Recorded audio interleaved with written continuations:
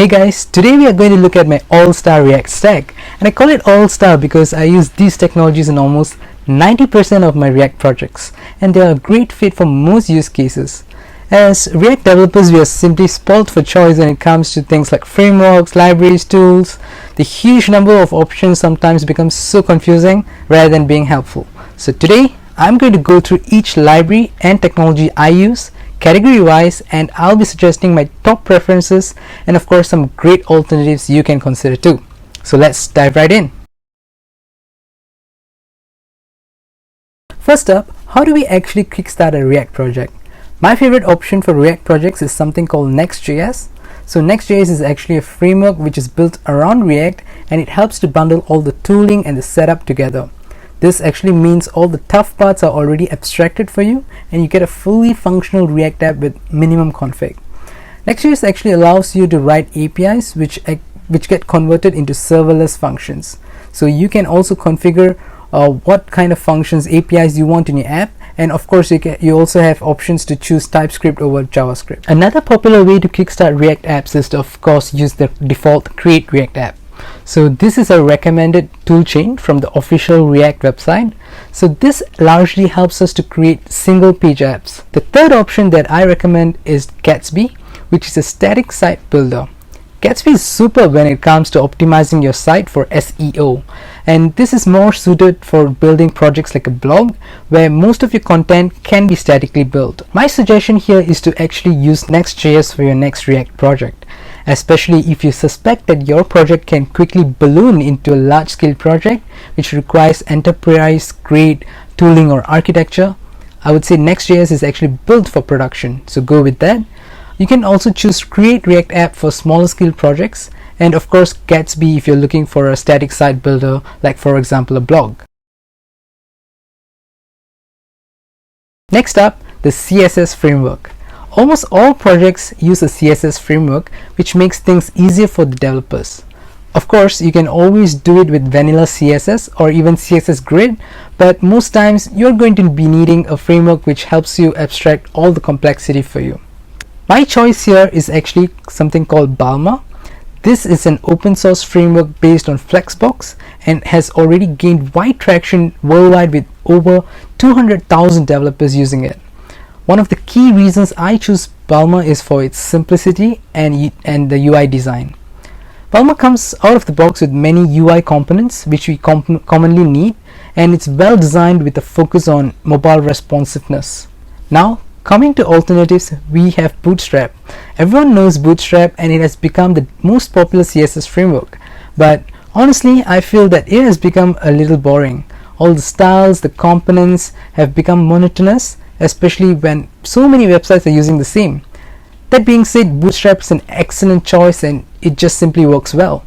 It has a trusted community of developers, and you can be assured that you have good support on Stack Overflow or other dev communities. The third alternative is something called Tailwind CSS. You might have heard about it, as Tailwind is actually the current talk of the town.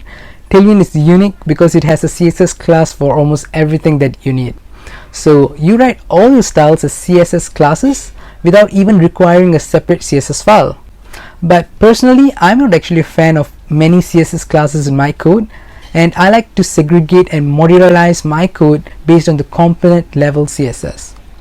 That being said, Tailwind CSS could be a great solution for developers who love the freedom offered by the framework. Now that we have a CSS framework, let's talk about styling. So my go-to option for styling is actually using Sass, and I use it with something called CSS modules. So this is supported by default in Next.js, where we actually separate our CSS or the Sass files from our code and simply import it into the React file where it's required. I would say Sass is more efficient than using pure CSS, as it helps developers to refactor the code and prevent repetitive styling. So developers can actually quickly extract, they can refactor and reuse their code across the project. As for alternative, I would say one of the most popular option now is something called styled components, which actually allows you to write CSS in JS, which is JavaScript. So while this is easy to write, I hate the idea of actually combining styling inside my JavaScript code. I prefer a separation of concerns and actually isolating the styling from the JS code.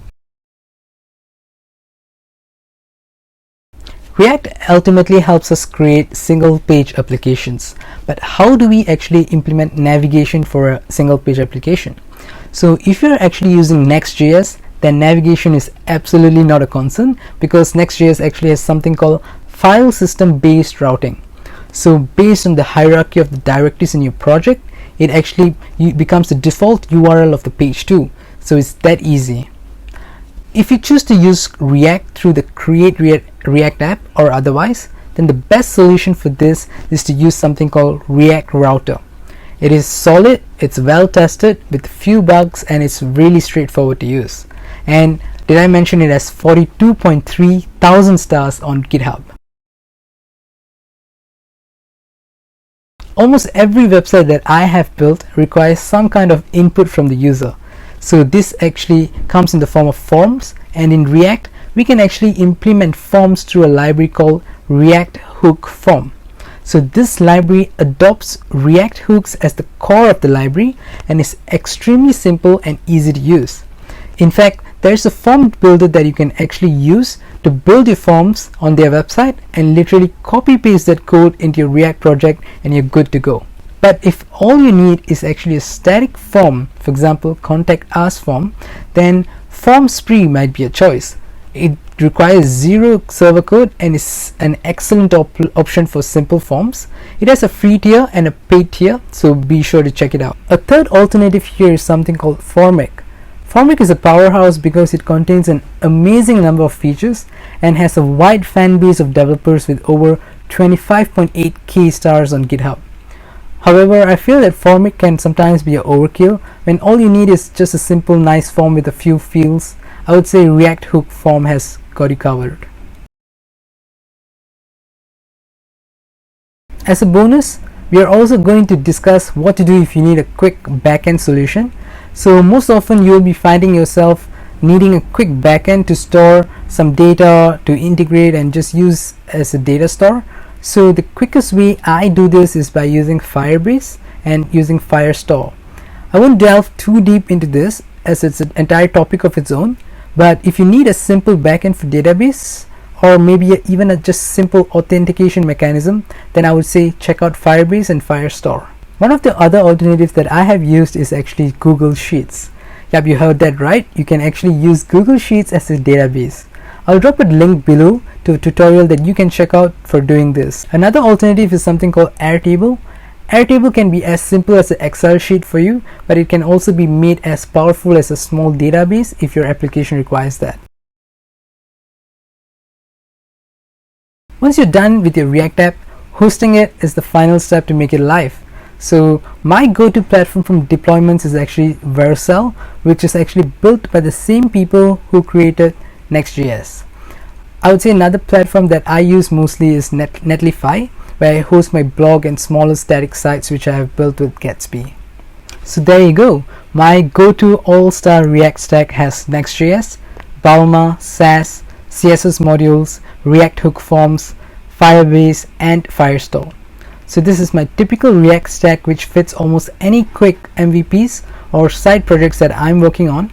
In fact, I published an entire side project which combines all of the technologies I mentioned and is called supercharge.dev.